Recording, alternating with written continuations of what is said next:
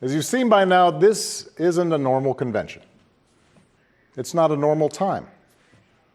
So tonight, I want to talk as plainly as I can about the stakes in this election. Because what we do these next 76 days will echo through generations to come. I'm in Philadelphia, where our Constitution was drafted and signed. It wasn't a perfect document.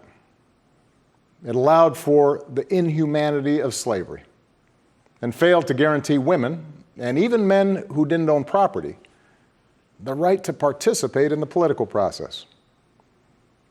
But embedded in this document was a North Star that would guide future generations. A system of representative government, a democracy, through which we could better realize our highest ideals.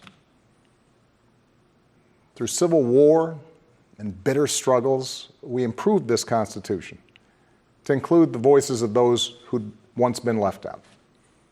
And gradually, we made this country more just and more equal and more free. The one constitutional office elected by all of the people is the presidency. So at a minimum, we should expect a president to feel a sense of responsibility for the safety and welfare of all 330 million of us, regardless of what we look like, how we worship, who we love, how much money we have, or who we voted for. But we should also expect a president to be the custodian of this democracy.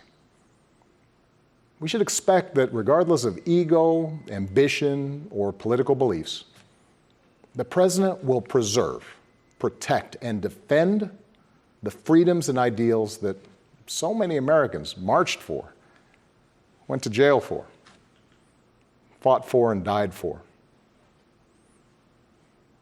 I have sat in the Oval Office with both of the men who are running for president. I never expected that my successor would embrace my vision or continue my policies. I did hope, for the sake of our country, that Donald Trump might show some interest in taking the job seriously, that he might come to feel the weight of the office and discover some reverence for the democracy that had been placed in his care. But he never did. For close to 4 years now, he has shown no interest in putting in the work, no interest in finding common ground, no interest in using the awesome power of his office to help anyone but himself and his friends. No interest in treating the presidency as anything but one more reality show that he can use to get the attention he craves.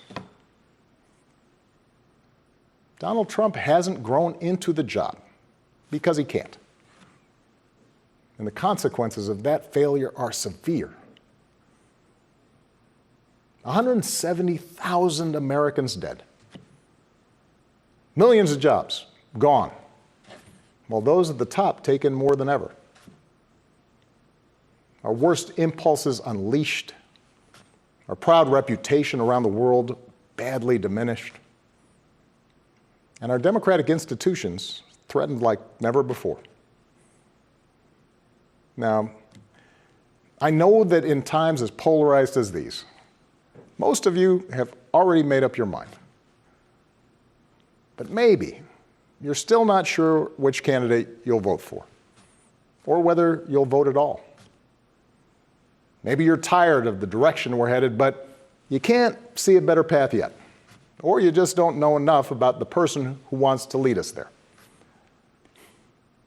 So let me tell you about my friend, Joe Biden. 12 years ago, when I began my search for a vice president, I didn't know I'd end up finding a brother. Joe and I come from different places, different generations, but what I quickly came to admire about Joe Biden is his resilience, born of too much struggle, his empathy, born of too much grief. Joe is a man who learned early on to treat every person he meets with respect and dignity, living by the words his parents taught him. No one's better than you, Joe. But you're better than nobody. That empathy, that decency, the belief that everybody counts, that's who Joe is. When he talks with someone who's lost her job, Joe remembers the night his father sat him down to say that he'd lost his. When Joe listens to a parent who's trying to hold it all together right now, he does it as a single dad who took the train back to Wilmington each and every night so he could tuck his kids into bed. When he meets with military families who've lost their hero, he does it as a kindred spirit, the parent of an American soldier, somebody whose faith has endured the hardest loss there is. For 8 years, Joe was the last one in the room whenever I faced a big decision. He made me a better president, and he's got the character and the experience to make us a better country. And in my friend Kamala Harris, he's chosen an ideal partner who is more than prepared for the job. Someone who knows what it's like to overcome barriers and who's made a career fighting to help others live out their own American dream. Along with the experience needed to get things done, Joe and Kamala have concrete policies that will turn their vision of a better, fairer, stronger country into reality. They will get this pandemic under control, like Joe did when he helped me manage H1N1 and prevent an Ebola outbreak from reaching our shores. They'll expand health care to more Americans, like Joe and I did 10 years ago, when he helped craft the Affordable Care Act and nail down the votes to make it the law. They'll rescue the economy, like Joe helped me do after the Great Recession. I asked him to manage the Recovery Act, which jump-started the longest stretch of job growth in history. And he sees this moment now not as a chance to get back to where we were, but to make long overdue changes so that our economy actually makes life a little easier for everybody. Whether it's the waitress trying to raise a kid on her own, or the shift worker always on the edge of getting laid off, or the student figuring out how to pay for next semester's classes. Joe and Kamala will restore our standing in the world. And as we've learned from this pandemic, that matters. Joe knows the world, and the world knows him. He knows that our true strength comes from setting an example that the world wants to follow. A nation that stands with democracy, not dictators. A nation that can inspire and mobilize others to overcome threats like climate change and terrorism, poverty and disease. But more than anything, what I know about Joe, what I know about Kamala, is that they actually care about every American.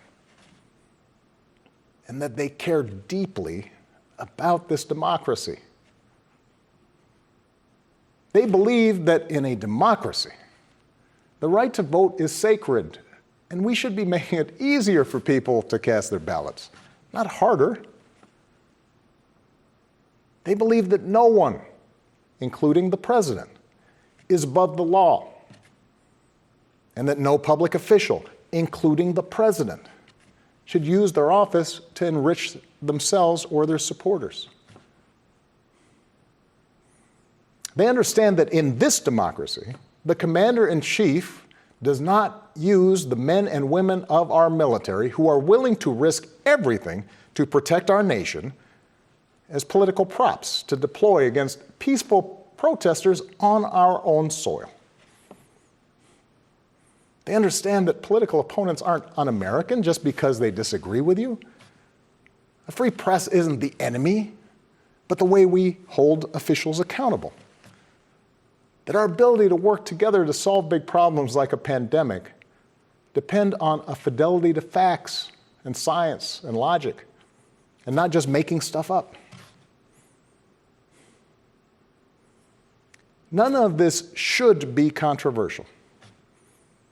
These shouldn't be Republican principles or Democratic principles. They are American principles. But at this moment, this president and those who enable him have shown they don't believe in these things. Tonight, I'm asking you to believe in Joe and Kamala's ability to lead this country out of these dark times and build it back better. But here's the thing. No single American can fix this country alone. Not even a president.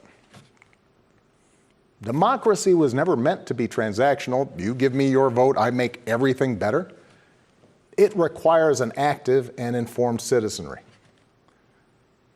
So I'm also asking you to believe in your own ability, to embrace your own responsibility as citizens, to make sure that the basic tenets of our democracy endure. Because that's what's at stake right now. Our democracy. Look, I understand why a lot of Americans are down on government. The way the rules have been set up and abused in Congress make it easier for special interests to stop progress than to make progress. Believe me, I know it. I understand why a white factory worker who's seen his wages cut or his job shipped overseas might feel like the government no longer looks out for him, and why a black mom might feel like it never looked out for her at all. I understand why a new immigrant might look around this country and wonder whether there's still a place for him here. Why a young person might look at politics right now, the circus of it all, the meanness and the lies and conspiracy theories, and think, what is the point? Well, here's the point. This president and those in power, those who benefit from keeping things the way they are counting on your cynicism. They know they can't win you over with their policies. So they're hoping to make it as hard as possible for you to vote and to convince you that your vote does not matter. That is how they win. That is how they get to keep making decisions that affect your life and the lives of the people you love. That's how the economy will keep getting skewed to the wealthy and well-connected. How our health systems will let more people fall through the cracks. That's how a democracy withers, until it's no democracy at all. And we cannot let that happen. Do not let them take away your power. Do not let them take away your democracy. Make a plan right now for how you are going to get involved and vote. Do it as early as you can and tell your family and friends how they can vote too. Do what Americans have done for over 2 centuries when faced with even tougher times than this. All those quiet heroes who found the courage to keep marching, keep pushing in the face of hardship and injustice. Last month, we lost a giant of American democracy in John Lewis. And some years ago, I sat down with John and a few remaining leaders of the early civil rights movement. One of them told me he never imagined he'd walk into the White House and see a president who looked like his grandson. And then he told me that he had looked it up. And it turned out that on the very day that I was born, he was marching into a jail cell, trying to end Jim Crow segregation in the South.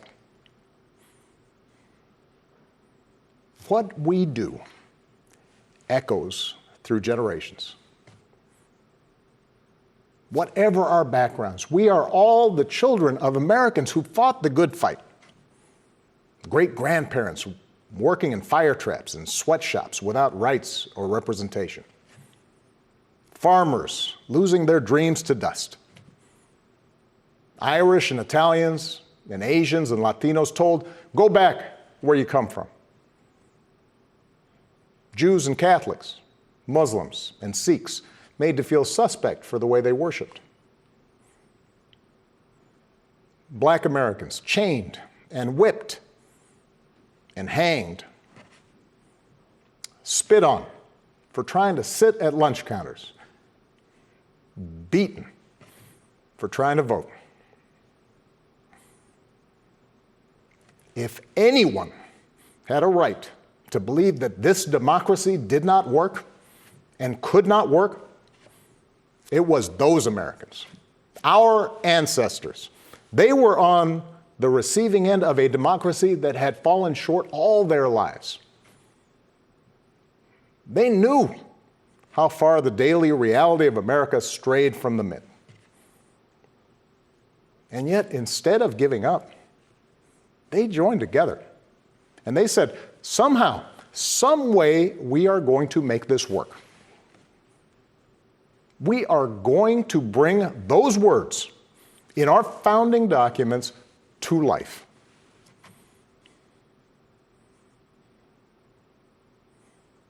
I have seen that same spirit rising these past few years.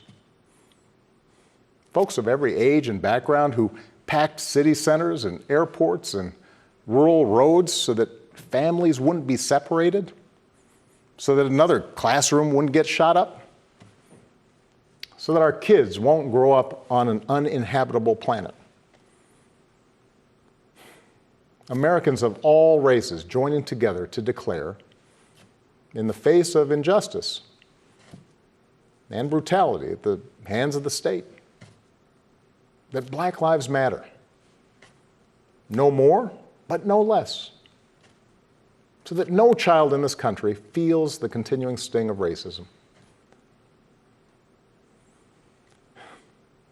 To the young people who led us this summer, telling us we need to be better, in so many ways, you are this country's dreams fulfilled.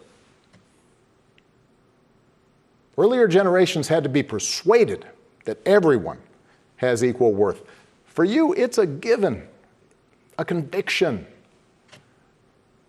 And what I want you to know is that for all its messiness and frustrations, your system of self-government can be harnessed to help you realize those convictions for all of us.